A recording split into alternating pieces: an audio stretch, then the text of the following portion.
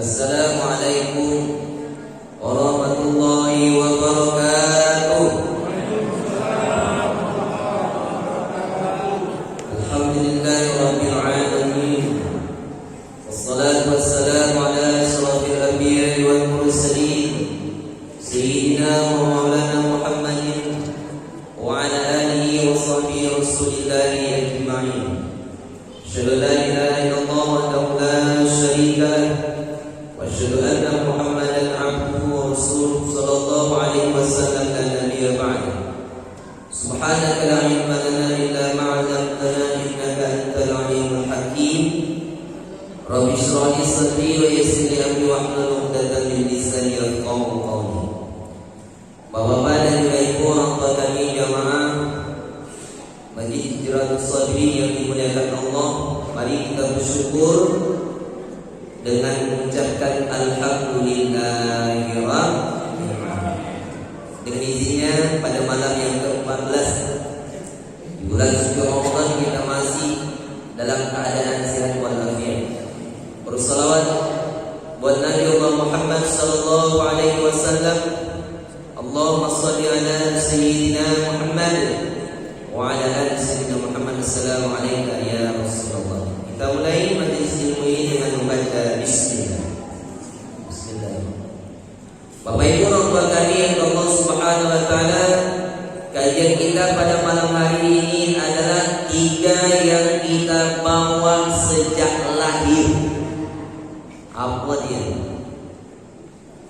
Kalau kita bawa ketika meninggal dunia, yang akan tetap mengalir tahu. Apa yang akan kita tinggalkan kalau sudah meninggal dunia? Amal jariah, ilmu yang bermanfaat, doa anak yang soleh. Tapi 3 yang kita bawa sejak lahir. Di dalam Al-Quran Allah katakan, surat An-Nahl, A'udzu billahi minasy syaithanir rajim. Bismillahirrahmanirrahim. Wallahu akhrajakum min butuni ummahatikum la ta'lamuna syai'a. Allah, wallahu akhrajakum. Allah yang telah mengeluarkan kamu dari perut ibumu. Siapa yang telah mengeluarkan kita? Siapa? Allah. Ibu pula. Memang ibu bisa mengeluarkannya, Bu. Udah sakit nih, pagi, petang sampai ke malam. Bisa mengeluarkan nak, keluarlah nak, bisa? Tidak.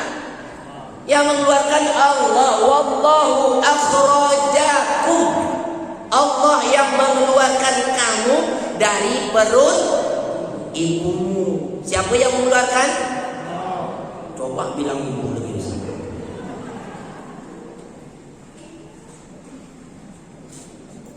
Wa ja'ala lakumus sam'a wal absara wal afidah. Dia berikan kamu sam'a, pendengaran, absar, penglihatan, afidah, hati. La'allakum tashkurun, agar kamu bersyukur, agar kamu berterima kasih.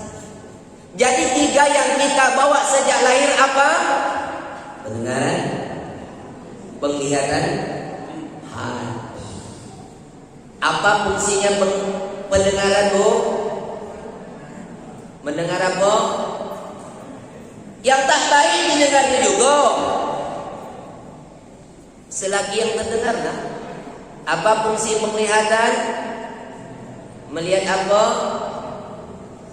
Yang tak baik ditengok juga. Tapi ternampak. Itulah penglihatan kan? Apa fungsinya hati? Merasakan senang, merasakan susah, merasakan sakit. Sakit itu di mana, Bu? Coba.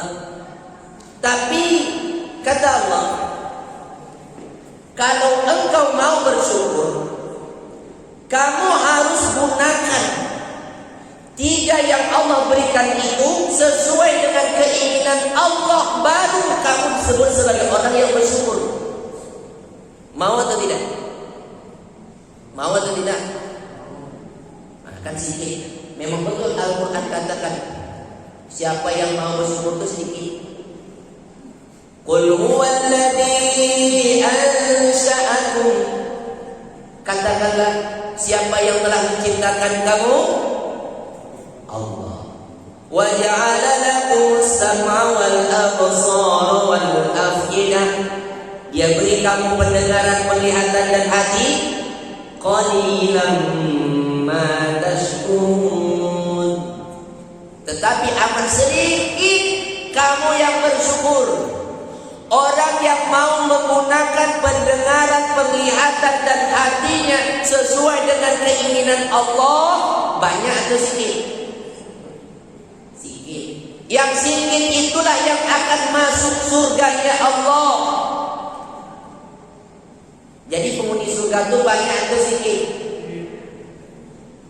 Ini ada jawab atau tidak? Penghuni surga itu banyak atau sedikit? Penghuni neraka itu banyak atau sedikit? Tahu dari mana? Ya saya jawab aja. Walaqad zara'na li jahannama katsiran minal jinni wal ins. Dan sungguhnya kami jadikan untuk isi neraka jahanam katsir, kebanyakan minal jinni wal ins, dari golongan jin dan manusia. Alasannya kenapa? Alasannya karena 3 tadi. Mereka tidak mau. Lahum qulubun la yafqahuna biha. Mereka tidak mau menggunakan hati mereka untuk memahami ayat-ayat Allah. Jadi alasannya,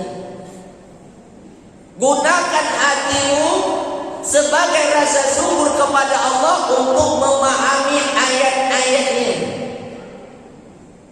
Jadi Al-Quran itu bukan hanya sekedar dibaca, tapi juga untuk dipahami. Mau memahami Al-Quran? Nah, sedikit aja jawabnya. Mau memahami Al-Quran?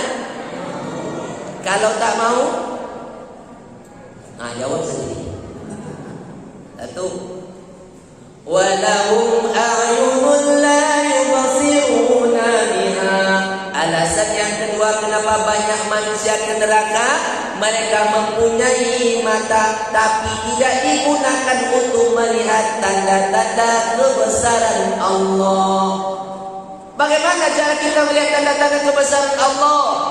Langit dan bumi itu atas kuasanya siapa?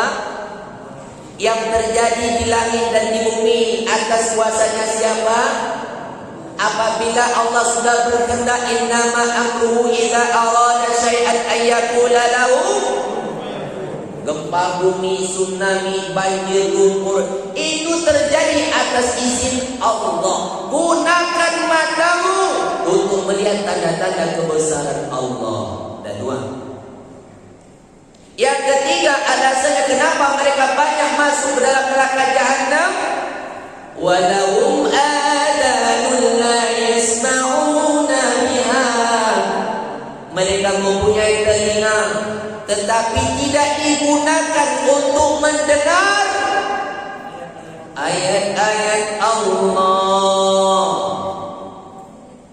Wa idza quri'al Qur'an fastami'. Apabila dibacakan Al-Quran, dengarkan. Wa ansitu, perhatikan. La'allakum turhamun, agar kamu mendapat rahmat. Jadi alasannya kenapa banyak orang ke neraka, karena tidak mau bersyukur. Yang mau syukur itu sedikit. Allah sudah perintahkan, kata Allah, gunakan hatimu untuk memahami ayat-ayatku. Bagaimana cara memahami ayat-ayatnya? Ada perintah, ada larangan. Banyak kita lihat dalam Al-Quran dilarang wala taqrabuz zina. Jangan mencuri. Kalau mencuri potong tangan. As-sariqu was-sariqatu faqtahu aydiyahuma. Ada. Perintah Allah banyak. Makan yang baik, ambil yang baik, jangan mencuri, jangan yang haram. Ada perintah, ada larangan, pahami itu. Bapak Ibu orang tua kami yang Allah Subhanahu wa taala, kalau tidak tempatnya neraka kata Allah. Itu nanti balasannya nanti. Kalau di dunia juga tidak mau mendengar ayat-ayat Allah, tidak mau melihat tanda kebesaran Allah, tidak mau memahami ayat-ayat Allah, ulaika kal an'am. Mereka itu sama seperti binatang. Binatang itu mau makan, mau berhubungan, lantak dia lah. Balhum adall, bahkan lebih sesat lagi. Ulaika humul ghafilun. Mereka itu adalah orang yang lalai. Jadi bagi orang yang tidak mau bersyukur, tidak mau menggunakan tiga yang Allah titipkan kepadanya, maka mereka itu sama saja dengan binatang, bahkan lebih sesat lagi. Mereka itu adalah orang-orang yang lalai. Kalau kita dengarkan ayat tentang neraka jahanam, Masya Allah. Tentang ayat-ayat tentang azab, kullama nadijat juluduhum baddalnahum juludan ghayraha.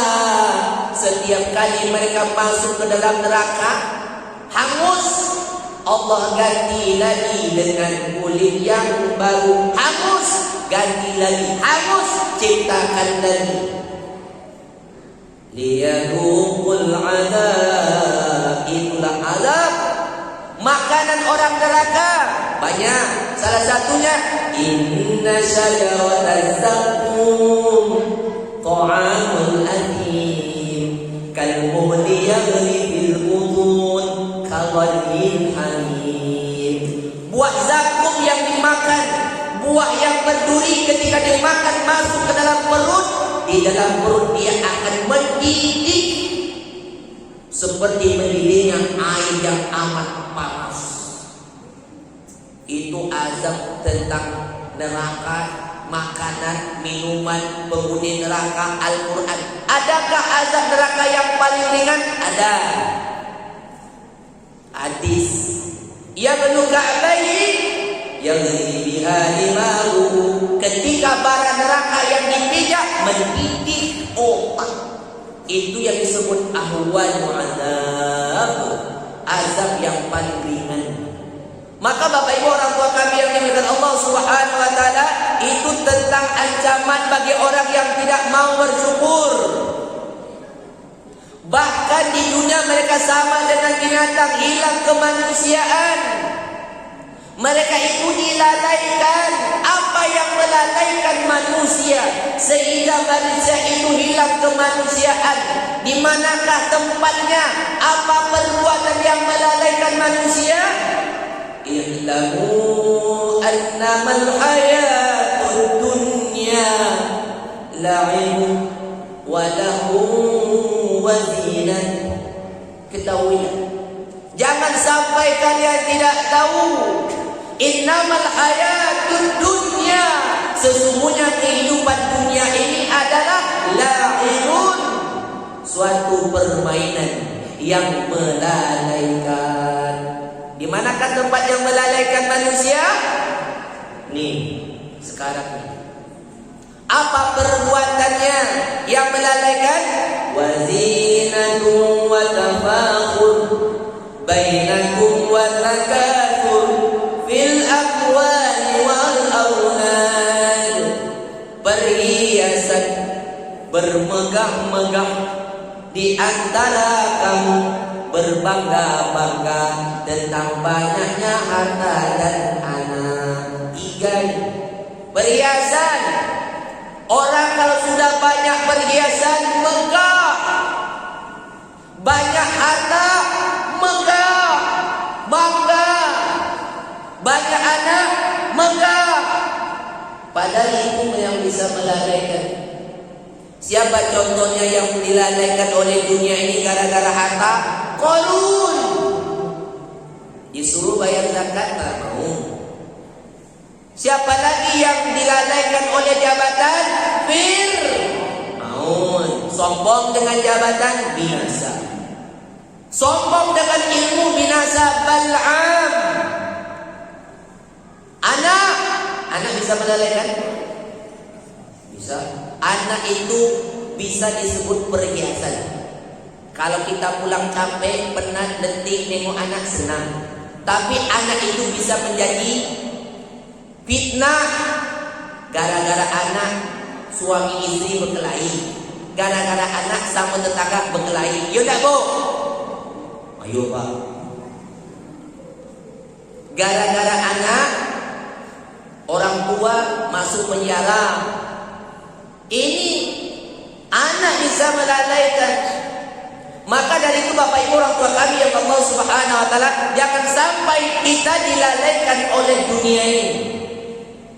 Tapi gunakanlah harta, gunakanlah jabatan, gunakanlah ilmu, gunakanlah anak untuk mendekatkan diri kita kepada Allah. Kalau sudah disampaikan, sudah dijelaskan, tidak mau juga mau membaca Al-Quran, tidak mau memahaminya, maka 3 itulah sebagai ancaman di dunia dan di akhirat. Apa kata Allah?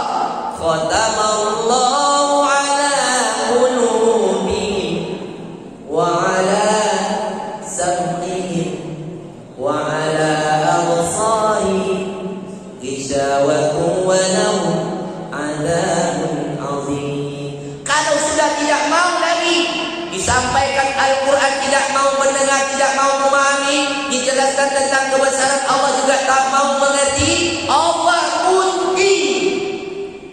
kunci yang 3. Itu dia. Khatamallahu ala qulubi, Allah kunci hatinya. Wa ala sam'i wa ala absari isyawatun wa lahum adzabun azim. Mudah-mudahan pengantar kita tentang bagaimana kehidupan kita di dunia, jangan sampai kita dilalaikan oleh dunia ini. Kita gunakan 3 yang Allah titipkan amanah ketika kita di bumi untuk sebagai rasa syukur kepada Allah. Gunakan sesuai dengan keinginan Allah. Jikalau tidak, maka kita termasuk hamba yang kufur. Jikalau tidak, kita akan dimasukkan ke dalam